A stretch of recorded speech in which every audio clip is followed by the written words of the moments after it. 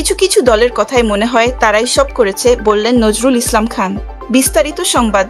2024 সালের জুলাই গণভ্যুত্থানে বিএনপি এবং এর সহযোগী সংগঠনের নেতাকর্মীরা বেশি শহীদ হয়েছেন বলে দাবি করেন দলটির স্থায়ী কমিটির সদস্য নজরুল ইসলাম খান। তিনি বলেন, অথচ কিছু লোকের কথায় মনে হয় তারাই সব করেছে। বিএনপির এই নেতা বলেন, আন্দোলনে কারা বেশি অংশগ্রহণ করেছে সে অনুযায়ী গুরুত্ব পাওয়া উচিত না, কিন্তু আমাদের কিছু কিছু সংগঠনের কিছু লোকের কথায় মনে হয় তারাই সব করেছে। কথার ভেতরে মনে হয় তারাই সব করেছে আর কি। ভাই, ভেতরে ভেতরে করেছেন, কিন্তু বাহিরে আসার সাহস পাননি কেন? আজ বৃহস্পতিবার জাতীয় প্রেস ক্লাবের আব্দুস সালাম হলে স্বৈরাচার এরশাদ বিরোধী গণআন্দোলনের শহীদ ডাক্তার মিলন দিবস উপলক্ষে আয়োজিত এক আলোচনা সভায় নজরুল ইসলাম খান এসব কথা বলেন। আলোচনা সভার আয়োজন করে 90-এর ডাকসু ও সর্বদলীয় ছাত্র ঐক্য। জুলাই গণভ্যুত্থানে অর্জিত বিজয়কে বিভিন্ন দিকে প্রবাহিত করার নানা অপচেষ্টা চলছে বলে অভিযোগ করেন নজরুল ইসলাম খান। বলেন, সে অপচেষ্টাকে মোকাবিলা করতে হবে।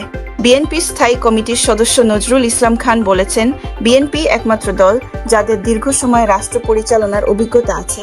জনগণের সমর্থন পেলে সেসব অভিজ্ঞতা জনকল্যাণে কাজে লাগানো হবে।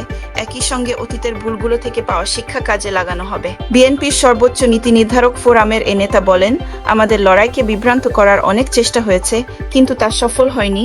একবার ভাবুন, এরশাদের বিরুদ্ধে আন্দোলন যখন অত্যন্ত শক্তিশালী, সেই সময়ে জাতির সঙ্গে বেইমানি করে দুটি রাজনৈতিক দল আওয়ামী লীগ এবং জামায়াতে ইসলামী এরশাদের সঙ্গে নির্বাচনে গিয়েছিল। আলোচনা সভায় বিশেষ অতিথি হিসেবে বক্তব্য দেন বিএনপির সিনিয়র যুগ্ম মহাসচিব রুহুল কবির রিজভী। প্লট দুর্নীতির মামলায় শেখ হাসিনার 21 বছরের কারাদণ্ডের প্রসঙ্গে তিনি বলেন, প্লট বরাদ্দের মামলায় তার শেখ হাসিনার 21 বছরের সাজা হয়েছে। বর্তমান অন্তর্বর্তী সরকারের আমলে কারও আইন আদালতে কোনো হস্তক্ষেপের সুযোগ নেই।